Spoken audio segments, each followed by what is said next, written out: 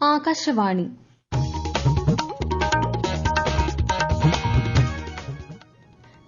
നമസ്കാരം. പ്രാദേശിക വാർത്തകൾ വായിക്കുന്നത് അഞ്ജന പുതിയമഠം. പ്രധാന വാർത്തകൾ. അബുദാബി കിരീടാവകാശി Sheikh Khalid bin Mohammed bin Zayed Al Nahyan പ്രധാനമന്ത്രി നരേന്ദ്രമോദിയുമായി കൂടിക്കാഴ്ച നടത്തി. പാലക്കാട് അട്ടപ്പാടിയിലെ ആദിവാസി ഊരുകളിൽ നിന്നുള്ള സംഘം ഇന്ന് മുഖ്യമന്ത്രിക്ക് ഭൂമി കയ്യേറ്റം സംബന്ധിച്ച് നിവേദനം നൽകും.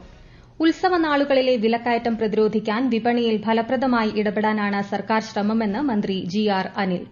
കേരള ക്രിക്കറ്റ് ലീഗിൽ ഇന്ന് കൊച്ചി ബ്ലൂ ടൈഗേഴ്സ് ട്രിവാൻഡ്രം റോയൽസിനെയും ആലപ്പി റിപ്പിൾസ് കാലിക്കറ്റ് ഗ്ലോബ് സ്റ്റാർസിനെയും നേരിടും.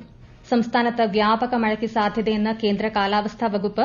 ഇന്ന് 7 ജില്ലകളിൽ മഞ്ഞ ജാഗ്രത. വാർത്തകൾ വിശദമായി. അബുദാബി കിരീടാവകാശി Sheikh Khalid bin Mohammed bin Zayed Al Nahyan പ്രധാനമന്ത്രി നരേന്ദ്രമോദിയുമായി കൂടിക്കാഴ്ച നടത്തി. രാഷ്ട്രപതി ദ്രൌപദി മുർമുവുമായും അബുദാബി കിരീടാവകാശി കൂടിക്കാഴ്ച നടത്തും. 3 ദിവസത്തെ ഔദ്യോഗിക സന്ദർശനത്തിനായി ഇന്നലെയാണ് അബുദാബി കിരീടാവകാശി ഇന്ത്യയിലെത്തിയത്. 54ാമത് GST കൌൺസിൽ യോഗം ന്യൂഡൽഹിയിൽ ആരംഭിച്ചു. കേന്ദ്ര ധനമന്ത്രി നിർമ്മല സീതാരാമന്റെ അധ്യക്ഷതയിലാണ് യോഗം. ധനമന്ത്രി KN ബാലഗോപാലും യോഗത്തിൽ പങ്കെടുക്കുന്നുണ്ടെന്നാണ് റിപ്പോർട്ട്. സ്ത്രീകൾക്കും കുട്ടികൾക്കുമെതിരെയുള്ള ഓൺലൈൻ അതിക്രമങ്ങൾ തടയുന്നതിനുള്ള ഇടപെടലിൽ കേരള പോലീസിന് കേന്ദ്ര അംഗീകാരം. ഇന്ത്യൻ സൈബർ ക്രൈം കോർഡിനേഷൻ സെന്ററിന്റെ ആദ്യ സ്ഥാപക ദിനാഘോഷത്തോട് അനുബന്ധിച്ച് കേന്ദ്ര ആഭ്യന്തര മന്ത്രാലയം പ്രഖ്യാപിച്ച പുരസ്കാരമാണ് കേരളം സ്വന്തമാക്കിയത്. നാളെ ന്യൂഡൽഹിയിൽ നടക്കുന്ന ചടങ്ങിൽ കേന്ദ്ര ആഭ്യന്തരമന്ത്രി അമിത്ഷായിൽ നിന്ന് സംസ്ഥാന പോലീസ് മേധാവി പുരസ്കാരം ഏറ്റുവാങ്ങും. പാലക്കാട് അട്ടപ്പാടിയിലെ വിവിധ ആദിവാസി ഊരുകളിൽ നിന്ന് 50ഓളം പേരടങ്ങുന്ന സംഘം ഇന്ന് തിരുവനന്തപുരത്ത് മുഖ്യമന്ത്രി പിണറായി വിജയനെ കാണും. അട്ടപ്പാടിയിലെ വ്യാപക ഭൂമി കയ്യേറ്റം സംബന്ധിച്ച് അന്വേഷണം ആവശ്യപ്പെട്ട് മുഖ്യമന്ത്രിക്ക് നിവേദനം നൽകും. പ്രതിപക്ഷ നേതാവിന്റെ ഓഫീസിലും പരാതിയുടെ പകർപ്പ് നൽകും. ഡിജിപിയെയും സംഘം ഇന്ന് കാണുന്നുണ്ട്. ഉത്സവനാളുകളിലെ വിലക്കയറ്റം പ്രതിരോധിക്കാൻ വിപണിയിൽ ഫലപ്രദമായി ഇടപെടാനാണ് സർക്കാർ ശ്രമിക്കുന്നതെന്ന് മന്ത്രി ജി.ആർ. അനിൽ. സൌജന്യ ഓണക്കിറ്റ് വിതരണത്തിന്റെ സംസ്ഥാനതല ഉദ്ഘാടനം തിരുവനന്തപുരത്ത് നിർവഹിക്കുകയായിരുന്നു അദ്ദേഹം. 6 ലക്ഷത്തോളം വരുന്ന മഞ്ഞ റേഷൻ കാർഡ് ഉടമകൾക്കും വയനാട് ഉരുൾപൊട്ടൽ ബാധിത മേഖലയിലെ എല്ലാ റേഷൻ കാർഡ് ഉടമകൾക്കും ഓണക്കിറ്റ് ലഭിക്കും. ഓണക്കാലത്തുള്ള എല്ലാ ആനുകൂല്യങ്ങളും ഉടൻ തന്നെ വിതരണം ചെയ്യാനുള്ള നടപടികൾ ഊർജിതമായി നടക്കുകയാണെന്ന് മന്ത്രി ജി.ആർ. അനിൽ പറഞ്ഞു. സംസ്ഥാനത്തെ റേഷൻ കടകളിൽ ഓണക്കിറ്റ് വിതരണത്തിനുള്ള ഒരുക്കങ്ങൾ പൂർത്തിയായതായും മന്ത്രി അറിയിച്ചു.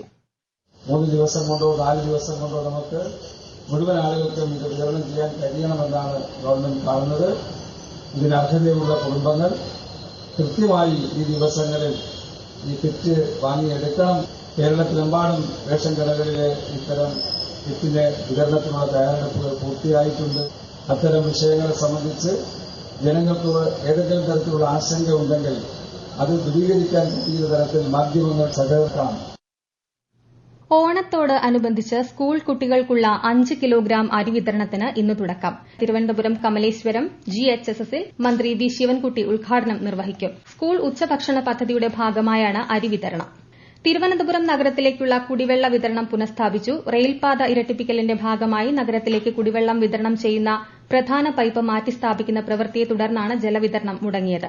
അപ്രതീക്ഷിത തടസ്സങ്ങളാണ് കാലതാമസത്തിന് കാരണമെന്ന് മന്ത്രി റോഷി അഗസ്റ്റിൻ പറഞ്ഞു. സംസ്ഥാനത്ത് മെഡിസെപ് പദ്ധതിയിലൂടെ 2.5 വർഷത്തിൽ നൽകിയത് 1485 കോടി രൂപയുടെ ചികിത്സാ ആനുകൂല്യങ്ങൾ. സർക്കാർ ജീവനക്കാർക്കും പെൻഷൻകാർക്കും ആശ്രിതർക്കുമായാണ് ഇൻഷുറൻസ് പരിരക്ഷ ഉറപ്പാക്കിയത്. 2022 ജൂലൈ 1-നാണ് പദ്ധതി ആരംഭിച്ചത്. കേരളം മുന്നോട്ടുവച്ച മറ്റൊരു ലോക മാതൃകയാണ് മെഡിസെപ് എന്ന് ധനമന്ത്രി KN ബാലഗോപാൽ പറഞ്ഞു. ഈ വാർത്തകൾ ആകാശവാണിയിൽ നിന്ന്. ADGP അജിത് കുമാർ RSS നേതാക്കളെ കണ്ടത് എന്തിനാണെന്ന് വ്യക്തമാക്കണമെന്ന് CPI ദേശീയ സെക്രട്ടറി D. രാജ ആവശ്യപ്പെട്ടു. കൂടിക്കാഴ്ചയുമായി ബന്ധപ്പെട്ട ഊഹാപോഹങ്ങൾ പ്രചരിക്കുന്നുവെന്നും CPI സംസ്ഥാന നേതൃത്വവുമായി ഇക്കാര്യം ചർച്ച ചെയ്തിട്ടുണ്ടെന്നും അദ്ദേഹം പറഞ്ഞു. വിഷയം സർക്കാർ പരിശോധിക്കുമെന്ന് CPIM പോളിറ്റ് ബ്യൂറോ അംഗം A. വിജയരാഘവൻ കണ്ണൂരിൽ അറിയിച്ചു. ഓണം കന്നിമാസ പൂജകൾക്കായി ശബരിമല ക്ഷേത്രനട ഈ മാസം 13-ന് വൈകിട്ട് 5-ന് തുറക്കും. തിരുവോണ പൂജകൾ 15-ന് നടക്കും. ഓണം കന്നിമാസ പൂജകൾ ഒരുമിച്ച് വരുന്നതിനാൽ ഈ മാസം 21 വരെ നട തുറന്നിരിക്കും. പൂജകൾ പൂർത്തിയാക്കി 21-ന് രാത്രി 10-ന് നടയടയ്ക്കും. കണ്ണൂർ ഏഴിമല റെയിൽവേ മേൽപ്പാലത്തിന്റെ നിർമ്മാണം ആരംഭിച്ചു. ഏഴിമല റെയിൽവേ സ്റ്റേഷന് സമീപത്തെ റെയിൽവേ ഗേറ്റിനോട് ചേർന്നാണ് മേൽപ്പാലം പണിയുന്നത്. കൂടുതൽ വിവരങ്ങളുമായി ആകാശവാണി കണ്ണൂർ ജില്ലാ പ്രതിനിധി KO ശശിധരൻ. 47,78,00,000 രൂപയാണ് മേൽപ്പാലം നിർമ്മിക്കുന്നതിന് അനുവദിച്ചത്. 525 മീറ്റർ നീളത്തിൽ നിർമ്മിക്കുന്ന മേൽപ്പാലത്തിന് 10.35 മീറ്റർ വീതിയുണ്ടാവും. 7 മീറ്റർ വീതിയിൽ റോഡും 1.5 മീറ്റർ വീതിയിൽ ഫുട്പാത്തും നിർമ്മിക്കുന്നുണ്ട്. ഇരുഭാഗത്തും 4.5 മീറ്റർ വീതിയിൽ സർവീസ് റോഡുകളും നിർമ്മിക്കും. 1,51,00,000 രൂപ ചെലവഴിച്ചാണ് സ്ഥലമേറ്റെടുക്കൽ നടപടികൾ പൂർത്തിയാക്കിയത്. കൊൽക്കത്തയിലെ ഇൻഫ്രാ കൺസ്ട്ര ലിമിറ്റഡ് കമ്പനിക്കാണ് നിർമ്മാണ കരാർ. കേരള റെയിൽ ഡെവലപ്മെന്റ് കോർപ്പറേഷൻ മുഖേനയാണ് പദ്ധതി നടപ്പാക്കുന്നത്. മേൽപ്പാലത്തിന്റെ പ്രവൃത്തി വേഗത്തിൽ പൂർത്തീകരിക്കാനുള്ള നടപടി സ്വീകരിക്കുമെന്ന് എം വിജിൻ MLA അറിയിച്ചു. കേരള തീരം മുതൽ വടക്കൻ കർണാടക തീരം വരെ ന്യൂനമർദ്ദപ്പാത്തി രൂപപ്പെട്ടതിന്റെ ഫലമായി സംസ്ഥാനത്ത് വ്യാപക മഴയ്ക്ക് സാധ്യതയെന്ന കേന്ദ്ര കാലാവസ്ഥാ വകുപ്പ്. ഒറ്റപ്പെട്ട ഇടങ്ങളിൽ ഇടിമിന്നലോട് കൂടിയ മഴ പെയ്യുമെന്നാണ് മുന്നറിയിപ്പ്. ഇന്ന് 7 ജില്ലകളിൽ മഞ്ഞ ജാഗ്രത നൽകിയിട്ടുണ്ട്. പാരീസ് പാരാലിമ്പിക്സിന് ഇന്നലെ സമാപനമായി. 220 മെഡലുമായി ചൈന ഒന്നാം സ്ഥാനം നിലനിർത്തി. ബ്രിട്ടൻ രണ്ടാമതും അമേരിക്ക മൂന്നാമതുമാണ്. ചരിത്രത്തിലെ ഏറ്റവും മികച്ച മെഡൽ നേട്ടവുമായാണ് ഇത്തവണ ഇന്ത്യൻ സംഘത്തിന്റെ മടക്കം. 7 സ്വർണവും 9 വെള്ളിയും 13 വെങ്കലവുമായി ആകെ 29 മെഡലുകൾ സ്വന്തമാക്കി ഇന്ത്യ 18ാം സ്ഥാനത്തെത്തി. പാരാലിമ്പിക്സിൽ രാജ്യത്തിന്റെ അഭിമാനമുയർത്തിയ ഇന്ത്യൻ സംഘത്തെ രാഷ്ട്രപതി ദ്രൌപദി മുർമു, പ്രധാനമന്ത്രി നരേന്ദ്രമോദി തുടങ്ങിയവർ അഭിനന്ദിച്ചു. 2028ൽ യുഎസിലെ ലോസ് ആഞ്ചൽസ് അടുത്ത പാരാലിമ്പിക്സ് മത്സരങ്ങൾക്ക് വേദിയാകും. ബംഗ്ലാദേശിനെതിരായ ടെസ്റ്റ് ക്രിക്കറ്റ് പരമ്പരയ്ക്കുള്ള ഇന്ത്യൻ ടീമിനെ പ്രഖ്യാപിച്ചു. KL രാഹുലും ഋഷഭ് പന്തും ടീമിൽ തിരിച്ചെത്തും. 2 മത്സരങ്ങളുള്ള പരമ്പരയ്ക്ക് ഈ മാസം 19ന് ചെന്നൈയിൽ തുടക്കമാകും. രോഹിത് ശർമ്മ ടീം ഇന്ത്യയെ നയിക്കും. കേരള ക്രിക്കറ്റ് ലീഗിൽ ഇന്ന് 2 മത്സരങ്ങൾ. ഉച്ചയ്ക്ക് 2:30 നടക്കുന്ന ആദ്യ മത്സരത്തിൽ കൊച്ചി ബ്ലൂ ടൈഗേഴ്സ് ട്രിവാൻഡ്രം റോയൽസിനെ നേരിടും. വൈകിട്ട് 6:45 ആലപ്പി റിപ്പിൾസ് കാലിക്കറ്റ് ഗ്ലോബ് സ്റ്റാർസുമായി ഏറ്റുമുട്ടും. തിരുവനന്തപുരം ഗ്രീൻഫീൽഡ് സ്റ്റേഡിയത്തിൽ ആണ് മത്സരങ്ങൾ. സൂപ്പർ ലീഗ് ഫുട്ബോളിൽ ഇന്ന് തൃശൂർ മാജിക് FCയും കണ്ണൂർ വാരിയേഴ്സ് FCയും ഏറ്റുമുട്ടും. മലപ്പുറം മഞ്ചേരി പയ്യനാട് സ്റ്റേഡിയത്തിൽ വൈകിട്ട് 7 മണിക്കാണ് മത്സരം. ആദ്യ മത്സരത്തിൽ കൊച്ചിക്കെതിരെ മലപ്പുറം വിജയിച്ചിരുന്നു. Super league Kerala football tournament കേരളത്തിലെ ഫുട്ബോളിന് പുതുജീവൻ നൽകുന്നുവെന്ന് മന്ത്രി വി ശിവൻകുട്ടി. ടൂർണമെന്റിലെ തെക്കൻ കേരളത്തിൽ നിന്നുള്ള ഏക ടീമായ തിരുവനന്തപുരം കൊമ്പൻസിന്റെ ലോഗോ പ്രകാശനം തിരുവനന്തപുരത്ത് നിർവഹിക്കുകയായിരുന്നു മന്ത്രി. ടീമിന്റെ ഔദ്യോഗിക lyrical video Antony Raju MLA പ്രകാശനം ചെയ്തു.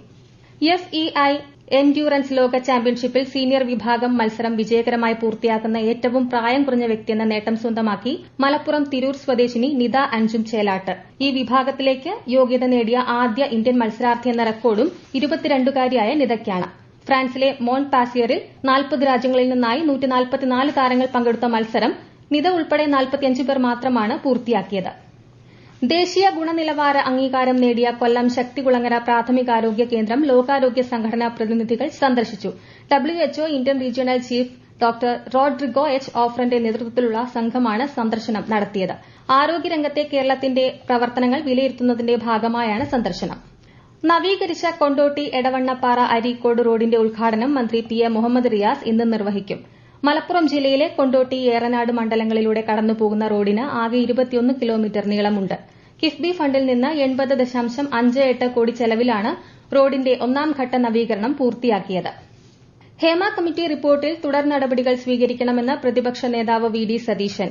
മുതിർന്ന മാധ്യമപ്രവർത്തകനും കേരള പത്രപ്രവർത്തക യൂണിയൻ സംസ്ഥാന നേതാവുമായിരുന്ന N രാജേഷിന്റെ സ്മരണാർത്ഥം 4ാമത് N രാജേഷ് സ്മാരക പുരസ്കാരം മലയാള ചലച്ചിത്ര മേഖലയിലെ വനിതകളുടെ കൂട്ടായ്മയായ WCCക്ക് സമ്മാനിച്ച് സംസാരിക്കുകയായിരുന്നു അദ്ദേഹം. സ്ത്രീപക്ഷത്ത് നിന്ന് അവകാശങ്ങൾക്കായി പോരാടിയ പ്രസ്ഥാനമാണ് WCC എന്ന് പ്രതിപക്ഷ നേതാവ് VD സതീശൻ പറഞ്ഞു. അളവുതൂക്ക സംബന്ധമായ പരാതികൾ പരിഹരിക്കുന്നതിന് തിരുവനന്തപുരം ജില്ലാ ആസ്ഥാനം കേന്ദ്രീകരിച്ച് ലീഗൽ മെട്രോളജി വകുപ്പ് കൺട്രോൾ റൂം തുറന്നു. വകുപ്പിന്റെ സുതാര്യം മൊബൈൽ ആപ്പിലൂടെയും ജില്ലാ കേന്ദ്രത്തിലൂടെയും താലൂക്ക് കേന്ദ്രങ്ങളിലും ഉപഭോക്താക്കൾക്ക് പരാതികൾ അറിയിക്കാവുന്നതാണ്. 8281698011 8281698020 എന്നീ കൺട്രോൾ റൂം നമ്പറുകളിലും പരാതികൾ അറിയിക്കാം. പ്രധാന വാർത്തകൾ വീണ്ടും. അബുദാബി കിരീടാവകാശി Sheikh Khalid bin Mohammed bin Zayed Al Nahyan പ്രധാനമന്ത്രി നരേന്ദ്രമോദിയുമായി കൂടിക്കാഴ്ച നടത്തി. പാലക്കാട് അട്ടപ്പാടിയിലെ ആദിവാസി ഊരുകളിൽ നിന്നുള്ള സംഘം ഇന്ന് മുഖ്യമന്ത്രിക്ക് ഭൂമി കയ്യേറ്റം സംബന്ധിച്ച നിവേദനം നൽകും. ഉത്സവ നാളുകളിലെ വിലക്കയറ്റം പ്രതിരോധിക്കാൻ വിപണിയിൽ ഫലപ്രദമായി ഇടപെടാനാണ് സർക്കാർ ശ്രമമെന്ന് മന്ത്രി GR അനിൽ. കേരള ക്രിക്കറ്റ് ലീഗിൽ ഇന്ന് കൊച്ചി ബ്ലൂ ടൈഗേഴ്സ് ട്രിവാൻഡ്രം റോയൽസിനെയും ആലപ്പി റിപ്പിൾസ് കാലിക്കറ്റ് ഗ്ലോബ് സ്റ്റാർസിനെയും നേരിടും. സംസ്ഥാനത്ത് വ്യാപക മഴയ്ക്ക് സാധ്യതയെന്ന കേന്ദ്ര കാലാവസ്ഥാ വകുപ്പ് ഇന്ന് 7 ജില്ലകളിൽ മഞ്ഞ ജാഗ്രത. പ്രാദേശിക വാർത്തകൾ കഴിഞ്ഞു. അടുത്ത വാർത്താ പ്രക്ഷേപണം 12:50.